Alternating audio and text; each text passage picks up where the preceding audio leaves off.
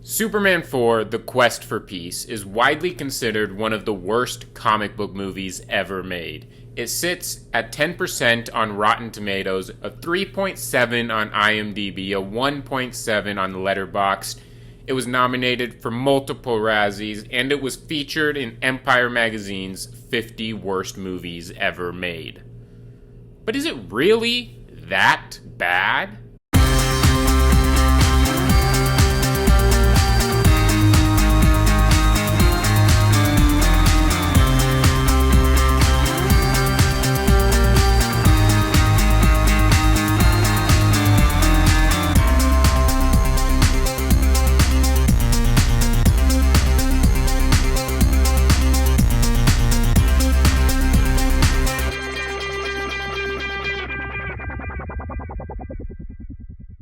Welcome to the Summer of Superman, and hopefully you can join me on this journey through Superman's theatrical roller coaster ride.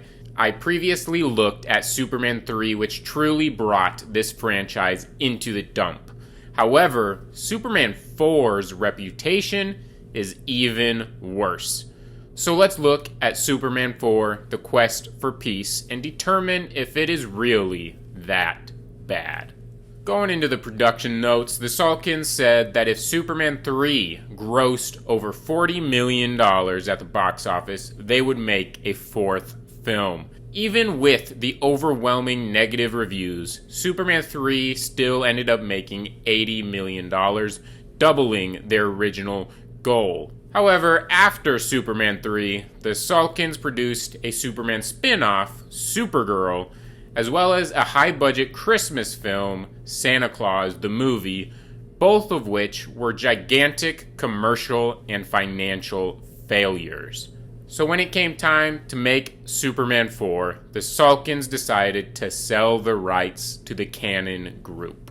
The Cannon Group then convinced Christopher Reeve to come back to the series by offering him financing for his film Street Smart, and giving him creative control over the story, as well as approval over who will direct the film. So having story approval and creative control, Christopher Reeve then pitched a story about the nuclear arms race and nuclear disarmament, inspired by the breakdown between the US and the Soviet Union at the real-life Reykjavik summit, and turning Superman 4 into a sort of passion project for Christopher Reeve. Due to this, they did actually consider not only having Christopher Reeve star as Superman, but also making him the director. Ultimately, they decided against this, but Christopher Reeve still became a second unit director for multiple scenes. So who is going to direct this film? Well, Richard Donner has mentioned in the past that he was approached by the Cannon Group to direct the fourth Superman film, but he was way too busy filming Lethal Weapon at the time.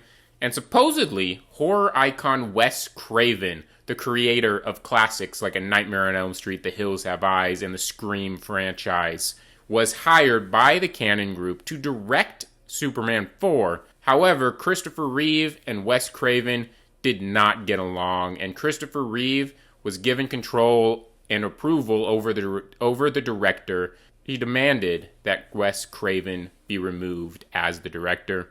Christopher Reeve then went on to recommend director Ron Howard. However, the producers ended up settling with Sidney J. Furie, notable for 1965's British spy film, The Ipcress File.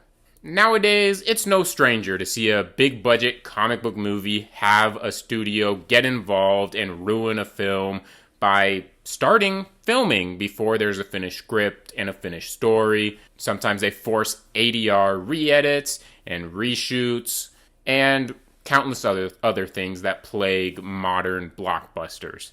For Superman 4: The Quest for Peace, there were a lot of production issues revolving around the producers and the Cannon Group. However, it wasn't because they were forcing or interfering with the story and forcing Reeve and Furie to include elements that they didn't want to include, but rather the budget that the producers gave them. Superman 4's production budget was originally $36 million. However, right before they started to film, the producers slashed it to only $17 million. Compare that to the first Superman, which had a budget of $55 million. So the budget of Superman 4 was over 3 times smaller than the first movie. And on top of that, things are going to be more expensive because there's 10 years of inflation to account for.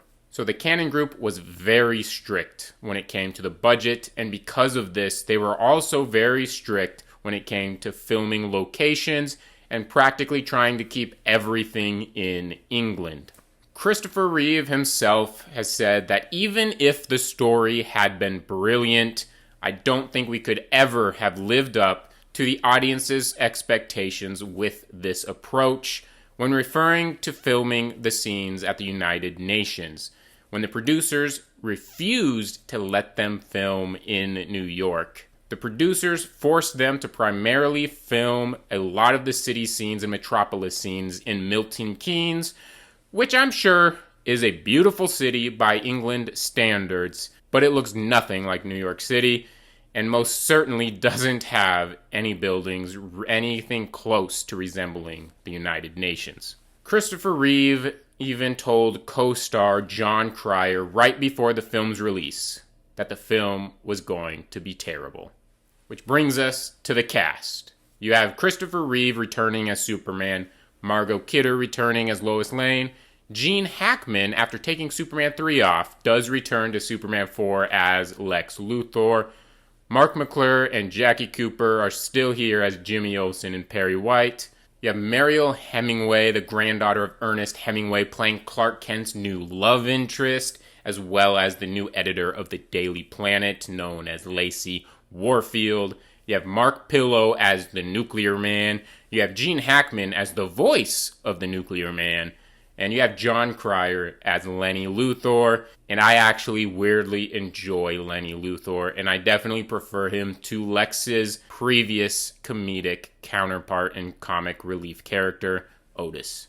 Plus, Jon Cryer grew up and went from playing Lex Luthor's nephew Lenny in 1987 to playing Lex himself in the Arrowverse in 2019 and 2020. And quite frankly, Jon Cryer is a very underrated version of Lex Luthor. On to the story.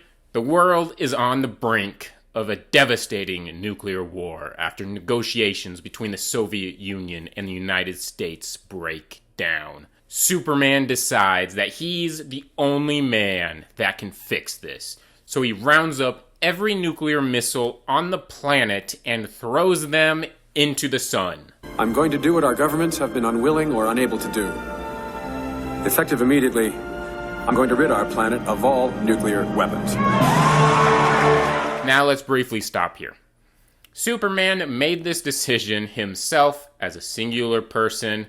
Yes, he made the right decision given the context of the film. However, he didn't negotiate or deliberate with any world leaders, and essentially acted as the king of Earth and forced his rule onto every single country. And all of the world leaders just happily stand up and cheer after being forced to do things they initially refused to do. And I'm sorry, but in the real world, world leaders, for better or for worse, are never going to act that kindly after having one individual force their rule onto them. Meanwhile, Lenny Luthor breaks his uncle Lex out of prison.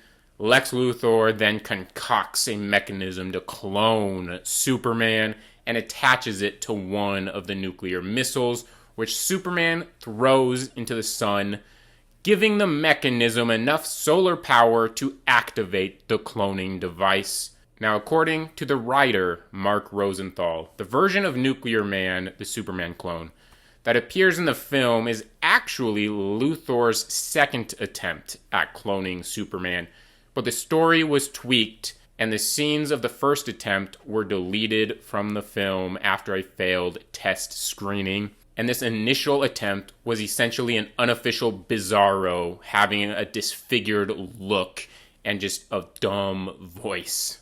Now back to what's actually in the film. Superman initially loses to Nuclear Man, which causes him to, I guess, get a Kryptonian flu, but not really, but also essentially that's what happened. And then he recovers, and he fights Nuclear Man again, and he wins. When evaluating how bad this movie is, one thing you have to talk about, maybe the biggest thing you have to talk about and discuss, are the visual effects. Due to a lack of budget and rushed filming because of the lack of budget, they only had a couple of shots of Christopher Reeve, lying down in front of a green screen doing his whole flying pose thing. So practically every time you see Superman flying, it is literally the exact same shot, just with a different background added in post. Aside from that, the special effects are just basically 1970s quality at best visual effects in 1987. Now, having gone through all of these details, is it really that bad? I've got a cop-out answer, to be honest with you. And that answer is yes and no. Yes, judging it based purely on its technical filmmaking qualities, it's horrendous. However, as a Superman movie, it's bad, but it's not the worst. At the very least, it feels like a Superman movie made by people who were passionate about the project and understood what Superman stands for, and it really does feel like an old school, a very old school, classic, cheesy, cartoonish, nuclear age 1960s comic book adapted to a live-action film. The creators had a Superman story that they were passionate about. They just didn't have access to the budget and resources to pull it off. Compare that to Superman 3, where they did have a budget, but didn't understand the character of Superman, and therefore created a Superman story that feels insulting to Superman. While I do love defending Superman 4, I only love defending it in comparison to Superman 3. However, Superman 4: The Quest for Peace is still one of the worst comic book movies ever made, and much like Superman 3, I will have to reward Superman 4 with the Golden Shite Award. So thanks for watching this video on Superman 4: The Quest for Peace. And make sure to hit that subscribe button and notification bell so you can join the summer of Superman as we look at the time that he returned. Smash that like button if you enjoyed this video. Leave your comments on Superman 4 in the comments section down below. And always stay super.